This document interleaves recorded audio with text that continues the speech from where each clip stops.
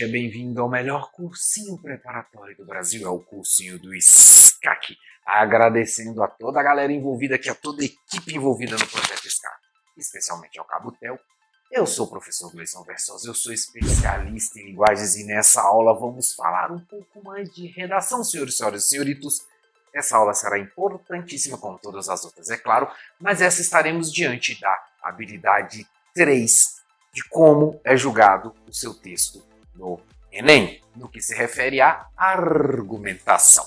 Desde já lhes digo o seguinte, senhores, senhoras e senhoritos, esse item é um verdadeiro pesadelo para o examinador.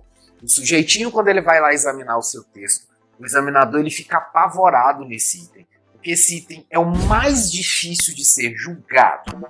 Obviamente, como nós estamos aqui para buscar notas, nós enxergamos isso como uma bela de uma oportunidade para tentar ganhar pontos, ok? Então, o examinador tem dificuldade para definir se a sua argumentação foi bem feita ou não, o que significa que os critérios, nesse caso, não são lá muito claros, mas a gente vai ter, sim, alguns direcionamentos que eu vou passar para vocês agora, mas, contudo, porém, todavia, diferentemente dos outros itens, que nós conseguimos ser muito específicos, muito claros naquilo que você tem que fazer, esse item aqui não é tão fácil assim. O examinador, até o examinador passa aperto para conseguir julgar esse item, acaba que ele usa alguns subterfúgios, sendo alguns critérios que são claros, que são objetivos, mas ele usa também, e agora vai uma dica de ouro, ele utiliza o item 2, por mais que a banca diga para não fazer isso, mas o examinador acaba usando pelo menos um pouco do item 2, eu vou explicar por que daqui a pouco, e também acaba usando alguma coisa do item 5, eu também vou dizer por que daqui a pouco. De toda forma, vamos lembrar o que diz, então para a gente já entrar de sola nessa parada, vamos começar então a ver o que diz esse item. Ó, esse item diz o seguinte, competência 3, selecionar, relacionar, organizar e interpretar informações, fatos, opiniões e argumentos em defesa de um ponto de vista. Então perceba, ó, a primeira coisa que ele fala, selecionar. Lembra que no item 2 a gente tratou, a grosso modo, a gente chamou de citação? O que é uma citação? Não é exatamente só uma citação de um autor, etc. O que a gente chamou de citação? Foi a sua habilidade de trazer para o texto, de trazer para a mesa de discussão da sua argumentação alguma coisa que você trouxe de fora. Então, lembrando que não vale nada que está na prova, tem que ser só o que você trouxe de fora, tá? Então, essa primeira coisa é selecionar. Essa fonte que você selecionou é boa. Então, perceba que por mais que a banca diga para o examinador, você tem que definir todas as competências de modo independente. Como é que o cara vai fazer isso se a primeira coisa que eles dizem no item 3 é selecionar? Ou seja, se o seu exemplo não foi bom, se aquilo que você trouxe para a mesa de discussão, se aquilo que você trouxe para acrescentar no texto não foi algo positivo, assim, que agregou pra caramba e tal, é claro que você vai acabar sendo prejudicado sim. A gente sempre fala, pode usar, por exemplo, série da Netflix, por exemplo, pode, não tem problema. Só que o problema é que às vezes o aluno ele seleciona uma série pura, única e simplesmente com base no vínculo afetivo, ou seja, no tanto que ele gosta da série. Quando ele vai colocar isso no texto, o negócio não funciona. Então o que isso significa? Que ele selecionou mal selecionado. Então a sua seleção tem que ser uma seleção que obedeça a critérios que vai agregar no seu texto. Então a gente sempre fala, por exemplo, para você decorar uma listinha de citações, porém essa listinha de citações que você decorou, ela tem que ser bem selecionada. Não adianta você decorar a melhor citação do mundo se você foi lá e na hora de colocar ela no texto você colocou sem nada a ver. Porque aí vai ser o próximo item, que vai dizer relacionar. Você tem que selecionar um argumento, ou uma citação, ou qualquer outra coisa que você vai usar de maneira bem apurada, e depois você tem que relacionar ela, ou seja, ela tem que ter a ver com o tema. Tá? E depois organizar e interpretar informações. O que isso significa? Te deram lá a informação do texto, do tema que você tem que fazer, você selecionou coisas de fora, isso tudo tem que casar, tá? E depois ele vai dizer fatos, opiniões e argumentos em defesa de um ponto de vista. Isso é importante. Nesse momento, senhores, senhoras e senhoritos, sempre tem um aluno que sempre faz o seguinte, o cara vai lá e dá para ele um problema. O aluno se sente intimidado em resolver o problema. Então o que ele costuma fazer? Ele costuma se esconder atrás do isentismo. Ele vai lá, faz toda uma argumentação só enrolando, só rodando como se fosse num carrossel no mesmo lugar assim, não sai do lugar, e aí no fim ele acha que ele fez uma boa argumentação porque ele ficou em cima do muro. Mas você não pode ficar em cima do muro no Enem. Não pode. Se eles te deram um tema, você tem que destrinchar o tema. Posso opinar? Também não pode. Você tem que concordar com o que já te deram lá em relação ao tema. Se falaram para o tema lá, intolerância religiosa no Brasil, por exemplo, você não tem opção, tá? É proibido, você não pode discordar. Você tem que... Por que é proibido? Porque se eles já te deram esse tema, eles estão pressupondo que esse tema é verdade. Se você, por um acaso, por mais que a sua argumentação seja brilhante, se você foi lá e falou o contrário do que te falaram, né? Pega aí, por exemplo, a questão que deram da importância do cidadão ter direito civil, por exemplo, ter documento lá do direito civil. Se você foi lá e sua argumentação foi brilhante, no sentido de dizer que o sujeito não precisa de um documento para se sentir gente, porque nós somos pessoas indiferentes do governo e eu tenho que ser maior que o governo porque um homem vale mais, blá blá. Você vai ali, faz toda uma argumentação linda, brilhante, maravilhosa, você vai tomar 0. Por quê? Você não está autorizado a discordar. Se eles falaram aquilo ali, nós vamos dizer amém, é isso aí mesmo e vamos concordar e bola para frente, mesmo que você concorde ou não. Então tire isso do seu coração, você vai argumentar a favor do que eles querem, não a favor do que você quer, ok? Então, infelizmente, é assim que a banda toca. Vamos ter que fazer dessa forma, ok? Na 0, então, galera, o item 0 ele vai dizer, olha, apresenta informações, fatos e opiniões não relacionadas ao tema e sem defesa de um ponto de vista. É o famoso camarada que sai de órbita, ele foi lá, falou um treco nada a ver, então ele obviamente vai tomar 0 na argumentação, ou se ele argumentar algo que não tem a ver diretamente com o ponto de vista. Então vamos supor, se o cara vai lá e te faz um tema sobre a inclusão das pessoas com deficiência nas escolas brasileiras, por exemplo, se você vai lá e faz toda a sua argumentação sobre a inclusão nas escolas americanas, por exemplo, isso obviamente vai fazer com que o sujeito entenda que você descarrilou, que você saiu de órbita. Então ele vai tirar ponto de você, ok? Vamos na 1 então. Apresenta informações, fatos e opiniões pouco relacionados ao tema ou incoerentes sem defesa do ponto de vista. Sim, tem gente que lá em cima diz que é um problema que você tem que arrumar a escola, e lá embaixo ele vai e diz que escola não vai resolver nada.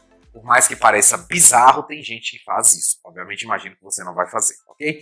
2. Apresenta informações, fatos e opiniões relacionados ao tema, mas desorganizados ou contraditórios. Contraditório eu acho que vocês não vão fazer, mas desorganizado é bem fácil de acontecer.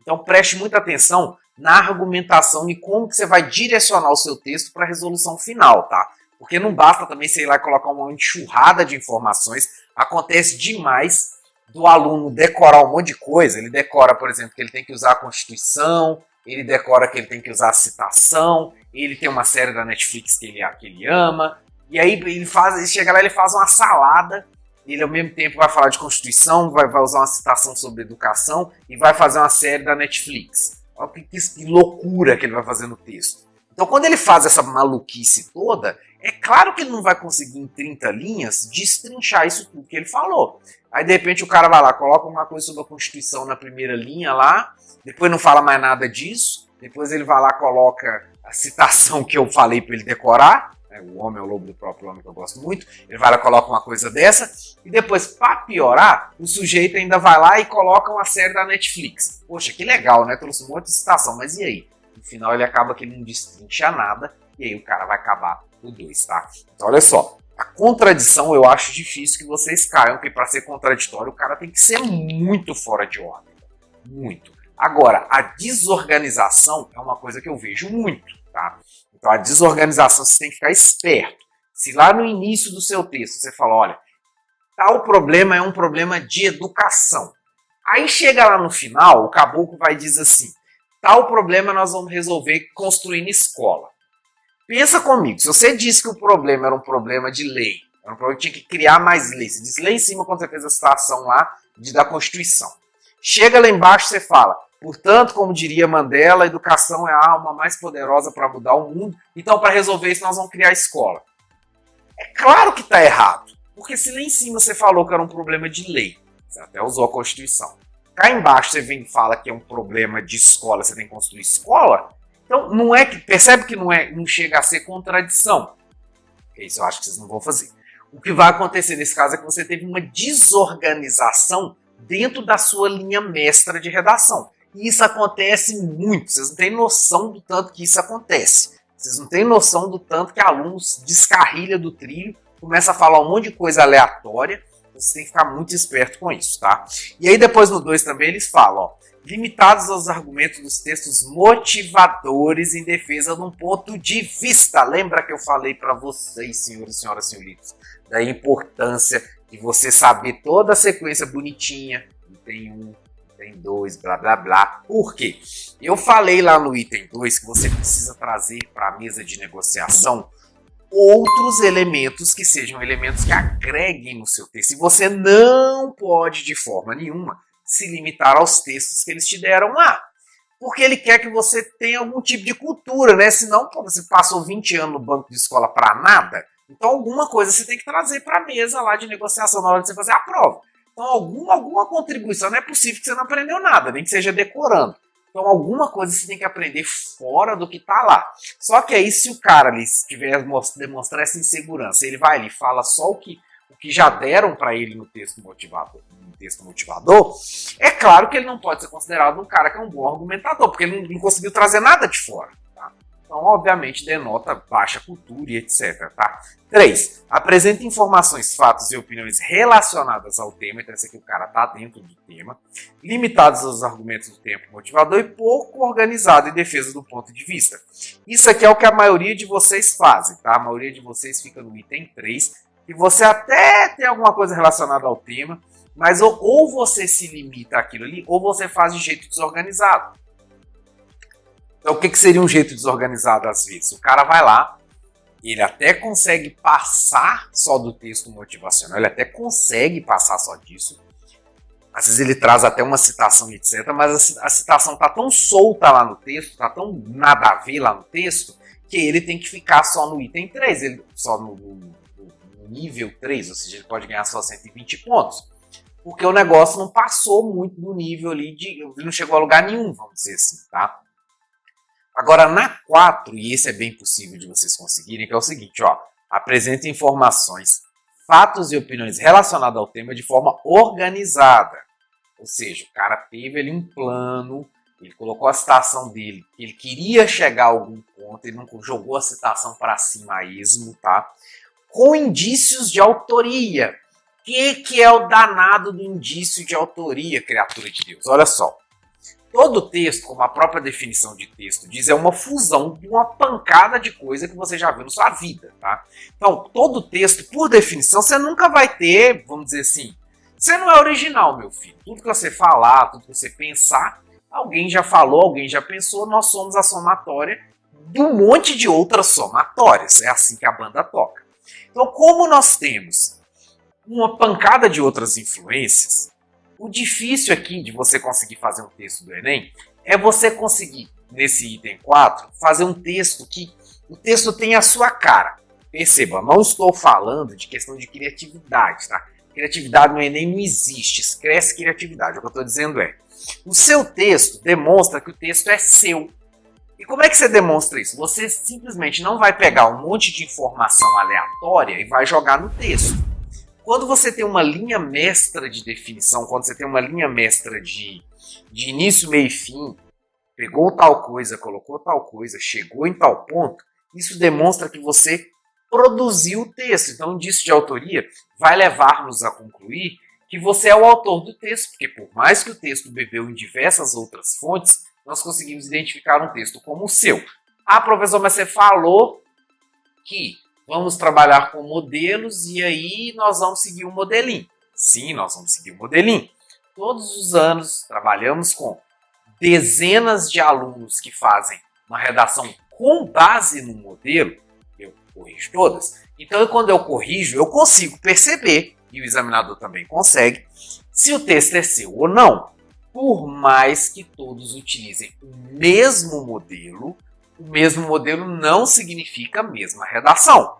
Então essa é uma coisa que vocês precisam começar a pensar. O seu texto ele tem que ser autônomo em si mesmo, e por mais que ele puxe diversas outras referências, ele tem que ser um fim em si mesmo, ok? E na 5 apresenta informações, fatos e opiniões relacionados ao tema proposto de forma consistente e organizada, configurando a autoria em defesa de um ponto de vista. Ou seja, o 5 é o cara que foi lá e detonou, né? Ele foi lá e fez tudo, tá? Então, tem uma coisa aqui que eles dizem que é importante. O importante para a competência 3 é a autonomia do texto, ou seja, um texto que é autossuficiente. Então, eu acabei de falar para vocês que é um texto que gira dentro dele mesmo, tá? Então, é autossuficiente por não depender de conhecimento exterior por parte do leitor, ou mesmo dos textos motivadores para que faça sentido. Ou seja, o que é um texto que ele vai ser autônomo? Vai ser um texto que você consegue lê-lo sem precisar de saber o tema, sem precisar de saber o que os textos motivadores falaram, sem precisar de se conectar a outra fonte externa. Por quê? Quando ele trouxer a citação, ele já vai explicar a citação.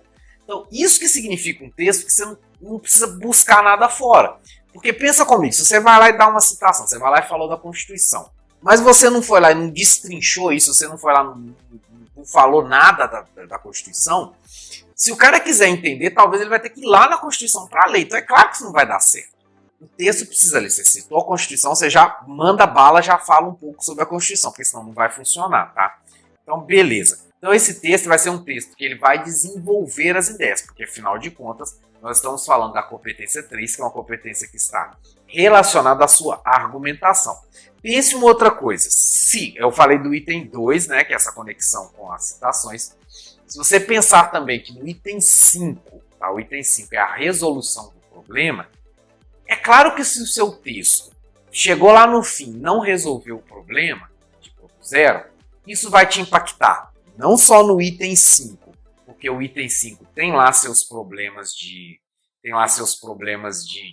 resolução dele mesmo, nós vamos chegar lá.